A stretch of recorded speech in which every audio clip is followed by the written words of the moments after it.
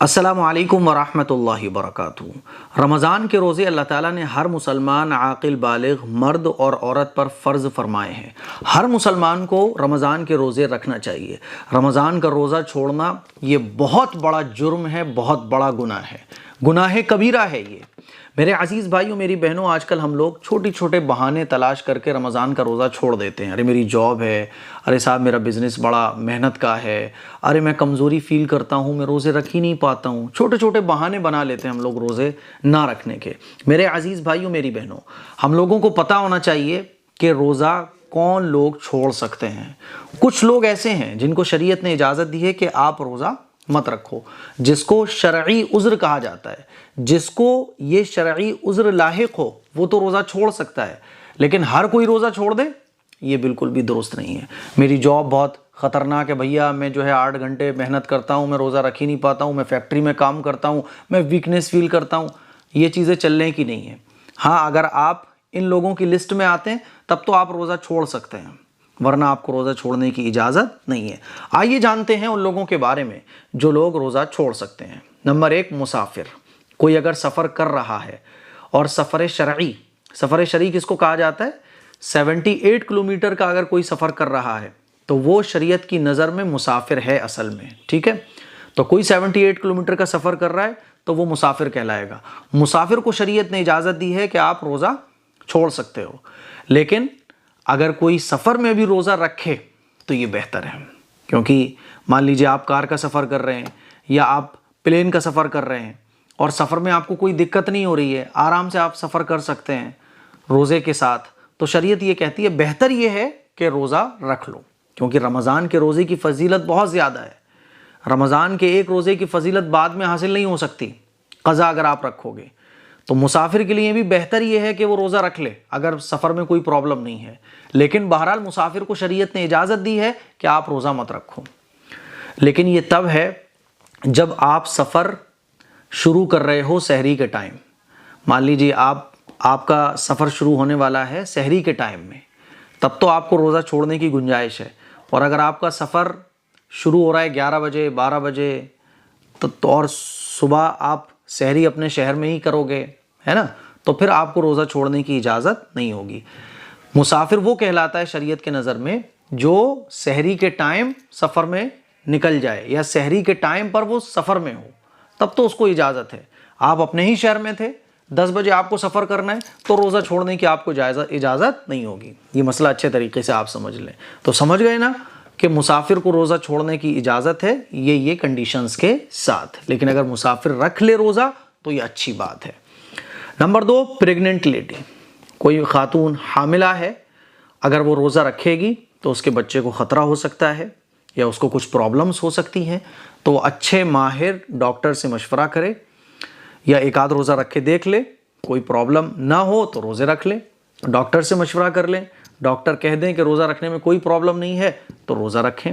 لیکن اگر pregnant lady کو کوئی پرابلم ہو سکتی ہو تو پھر وہ روزہ نہ رکھے، بعد میں ان روزوں کی چھوٹے ہوئے روزوں کی قضا کرے۔ پریگننٹ لیڈی کو، حاملہ عورت کو شریعت نے اجازت دی ہے کہ آپ روزہ چھوڑ سکتی ہو اگر کوئی پرابلم کا آپ کو اندیشہ ہے۔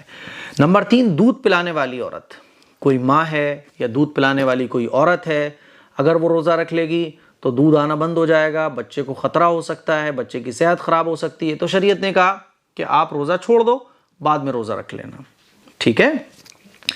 بعض دفعہ کیا ہوتا ہے کہ بچے کو دودھ پلانے والی جو عورتیں ہوتی ہیں تو وہ روزہ رکھ لیں گی، دودھ آنا بند ہو جاتا ہے، کمزوری زیادہ ہو جاتی ہے، بچہ بھوکا رہے گا، تو اب یہ چھوٹے ہوئے روزوں کی بعد میں آپ قضا کرو۔ ہاں، روزہ رکھ کر آپ کو کوئی پرابلم نہیں ہوگی تو پھر آپ روزہ رکھ لو، ٹھیک ہے؟ تو دودھ پلانے والی عورت۔ نمبر 4، مریض۔ کوئی آدمی مریض ہے، اگر وہ روزہ رکھ لے گا تو مرض بڑھے گا، تو پھر شریعت نے اس کو یہ اجازت دی ہے کہ آپ روزہ مت رکھو، جب آپ کو اللہ صحت دے دے، آپ کی یہ بیماری ٹھیک ہو جائے تب آپ روزہ رکھ لینا، ٹھیک ہے؟ نمبر 4، بہت زیادہ بڑھاپا۔ اچھا، مریض کے بارے میں ایک بات اور ذہن میں آپ رکھیں، بعض لوگ کیا کرتے ہیں نا کہ طبیعت خراب ہو گئی، نہیں میں روزہ نہیں توڑوں گا، میں روزہ نہیں توڑوں گا۔ ارے بھائی، شریعت خود کہہ رہی ہے، اللہ خود کہہ رہا ہے کہ آپ روزہ توڑ دو۔ تو یہ علم نہ ہونے کی وجہ سے لوگ ایسا کرتے ہیں کہ نہیں روزہ نہیں توڑوں گا چاہے جان چلی جائے۔ اصل اللہ کی اطاعت یہ ہے کہ جو اللہ کہہ رہا ہے اس کو کرو، اللہ نے یہ کہا کہ اگر مرض بڑھ رہا ہے اور بعض دفعہ ایسی طبیعت ہو جاتی ہے روزے کی حالت میں، اچانک سے طبیعت بگڑی کہ پانی پینا اور دوا کھانا ایک مجبوری ہو جاتی ہے، اگر دوا نہیں کھائیں گے تو بیماری بڑھے گی اور زندگی کو بھی خطرہ ہو سکتا ہے، تو اب اللہ کا حکم یہ ہے کہ روزہ توڑ دو، بریک کر دو، بعد میں اس روزے کی قضا رکھو، ٹھیک ہے۔ نمبر 5، بہت زیادہ بڑھاپا۔ مان لیجیے کوئی بہت بوڑھا ہو گیا ہے یا بڑھاپے کی وجہ سے کسی کو اتنی ویکنیس ہے کہ وہ روزہ رکھ ہی نہیں سکتا ہے، تو شریعت نے اس کو اجازت دی ہے کہ آپ روزہ مت رکھو، ابھی جب صحت ہو جائے تب روزہ رکھ لینا، یا کوئی اتنا بوڑھا ہو گیا اب اس کو صحت کبھی ہو ہی نہیں سکتی ہے تو پھر اس کے لیے شریعت نے فدیے کا آپشن رکھا ہے کہ وہ فدیہ دے دے، ہر ایک روزے کے بدلے میں ایک فدیہ۔ لیکن یہ جو فدیہ ہے یہ بوڑھے آدمی کے لیے ہے یا اس آدمی کے لیے ہے جس کو اب کبھی صحت نصیب ہی نہیں ہو سکتی، یا جس کو یہ یقین ہو گیا ہے کہ اب مجھے زندگی دوبارہ میری اچھی نہیں ہوگی، میں صحت مند نہیں ہوں گا، کوئی ایسی بیماری لگ گئی، تو اس کے لیے یہ آپشن ہے کہ وہ فدیہ دے دے، ایک روزے کے بدلے میں ایک فدیہ، اور ایک فدیہ کتنا ہے؟ ایک صدقہ فطر، ٹھیک ہے۔ لیکن آج کل لوگ کیا کرتے ہیں، جوان ہیں، اچھے خاصے ہیں، صحت مند ہیں، روزہ نہیں رکھ رہے، فدیہ دے دوں گا، ان کے لیے نہیں ہے یہ آپشن، ان لوگوں کے لیے ہے، ان بوڑھوں کے لیے ہے، یا ان مریضوں کے لیے ہے، ان مریضوں کے لیے جو آپ کبھی اپنے مرض سے صحت یاب نہیں ہوں گے، ہے نا، ڈاکٹر نے کہہ دیا کہ بھائی اب اللہ مالک ہے، یا وہ بوڑھا اتنا بوڑھا ہو گیا کوئی کہ اس کے اندر اب طاقت واپس ہی نہیں آ سکتی، تو اس کے لیے یہ آپشن ہے، ٹھیک ہے۔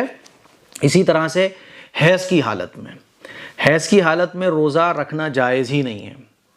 کچھ ان میں تو کچھ آپشنس ایسے بھی تھے، جیسے مسافر ہے اگر وہ روزہ رکھ لے تو بہت اچھی بات ہے، ٹھیک ہے، لیکن حیض کی حالت میں روزہ رکھنا جائز ہی نہیں ہے۔ اسی طرح سے بچے کی پیدائش کے بعد نفاس کی حالت میں بھی روزہ رکھنا جائز ہی نہیں ہے۔ اور لاسٹ آپشن ہے جہاد، ٹھیک ہے، ظالموں سے مقابلے کے لیے، جیسے کہ ملک کے بارڈر پر جو لوگ ملک کی حفاظت کرتے ہیں، اسی طرح سے رسول اللہ صلی اللہ علیہ وسلم کی حکومت میں جو لوگ ملک کی حفاظت کیا کرتے تھے، اور اسلام کے لیے جو لوگ ظالموں سے، کمینے قسم کے لوگوں سے لڑتے تھے، ظلم کے خلاف جو لوگ لڑتے ہیں، تو ان کو بھی اجازت ہے کہ وہ روزہ نہ رکھیں، تو جہاد کے موقع پر روزہ نہ رکھنے کی اجازت ہے، ٹھیک ہے۔ تو یہ کل ملا کے 8 لوگ ہیں جن کو روزہ نہ رکھنے کی شریعت نے اجازت دی ہے۔ مجھے امید ہے کہ آپ بہت اچھے طریقے سے ان مسائل کو سمجھ گئے ہوں گے۔